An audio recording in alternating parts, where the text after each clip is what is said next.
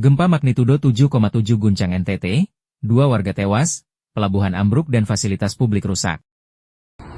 Aduh. Aduh, Om Firman.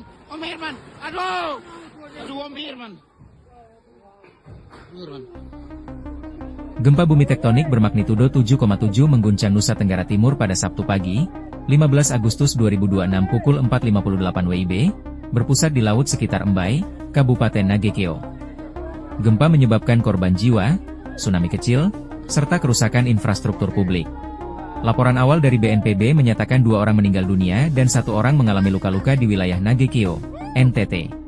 Kekuatan gempa yang kemudian dimutakhirkan BMKG menjadi magnitudo 7,0 ini, menimbulkan getaran kuat membuat warga panik dan berhamburan keluar rumah. Kepanikan semakin meningkat setelah BMKG mengeluarkan peringatan dini tsunami.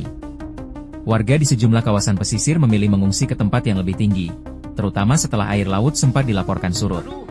Dampak gempa juga terlihat pada sejumlah bangunan. Bandara Fransels Lega atau Bandara Ruteng mengalami kerusakan pada bagian panel atap yang berjatuhan. Di Maumere, gedung ruang tunggu penumpang 2 lantai di Pelabuhan Lorenzai dilaporkan ambruk. 3 pelabuhan di Flores juga sempat menghentikan operasional untuk memastikan keamanan.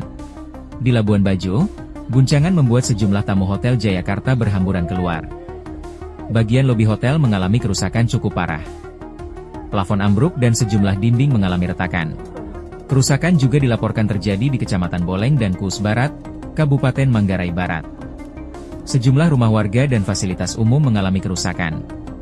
Bahkan, beberapa rumah dilaporkan roboh dan mengalami retakan struktur yang cukup parah. Sementara di Ruteng, bangunan kampus Unika Santo Paulus juga terdampak. Salah satu dinding gedung dilaporkan ambruk. Seorang warga Labuan Bajo mengaku langsung panik saat gempa mengguncang. Warga berlarian keluar rumah karena merasakan getaran yang sangat kuat.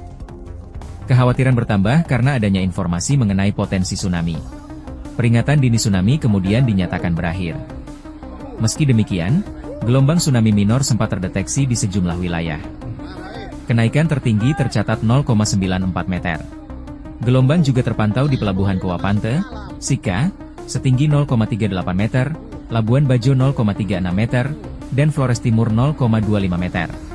Gelombang kecil juga terdeteksi hingga Bau-Bau, Sulawesi Tenggara dan Bulukumba, Sulawesi Selatan. Hingga video ini dibuat, jumlah pasti bangunan rusak dan warga terdampak masih dalam pendataan serta menunggu verifikasi pemerintah daerah, BPBD dan instansi terkait. BMKG mengimbau masyarakat tetap tenang, menjauhi bangunan yang retak atau rusak, serta terus mengikuti informasi resmi. Warga juga diminta tetap waspada terhadap kemungkinan gempa susulan.